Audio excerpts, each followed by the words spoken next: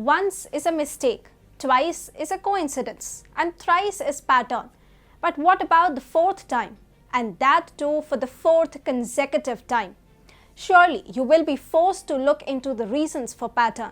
Well, the reason for G7 invitation to India is there, and we will elaborate here. Hi and welcome to TFI English, the national socio-political analysis arm of the TFI Media Group. I'm your host Tejasvi Malhotra, and if you haven't subscribed to the TFI English channel yet, please hit the subscribe button and press the bell icon to receive all the latest updates.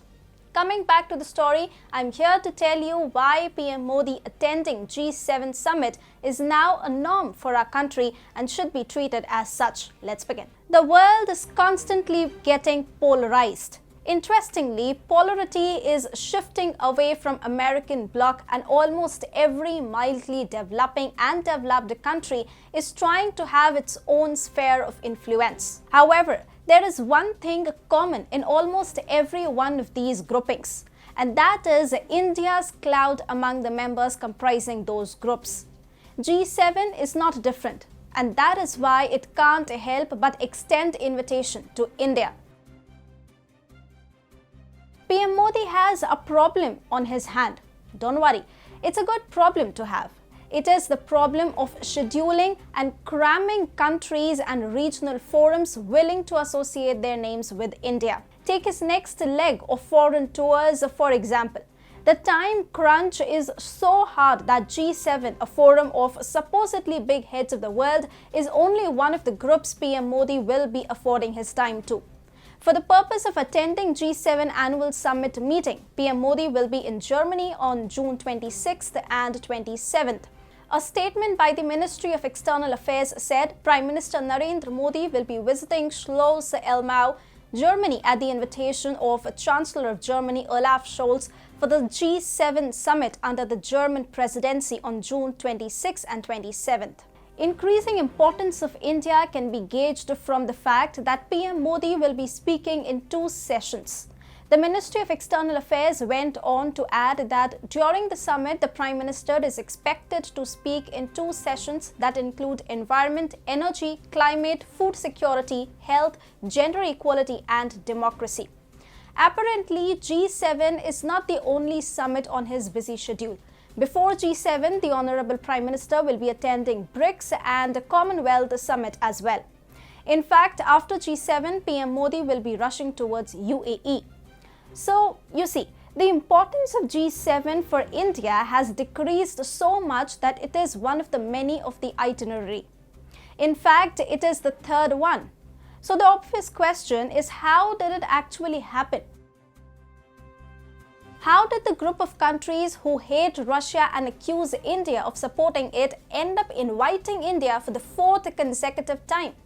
It is tough to pinpoint a single specific reason. Democratic institutions take a collective effort to operate in a seamless fashion.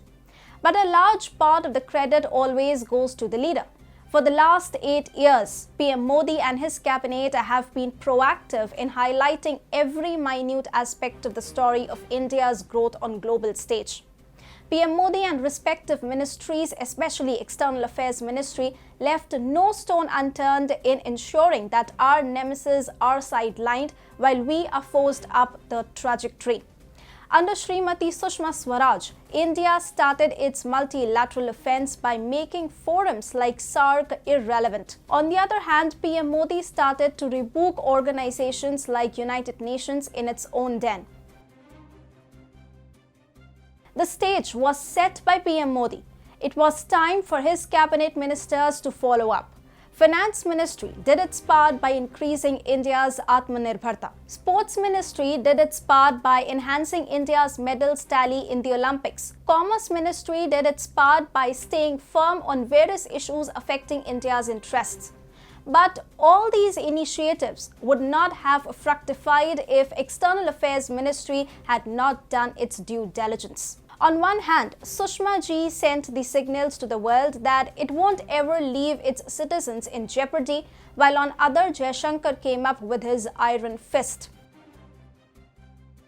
Jaishankar was the one who took India's offense from being covert to being overt. though Commerce Ministry had already clarified its stance by pulling India out of RCEP deal. It was Jaishankar who had embodied that confidence in his body language and words. Apparently, even before India had thrashed China in Galwan, India was invited by G7 in 2019. It continued for 2 more years and now 4th.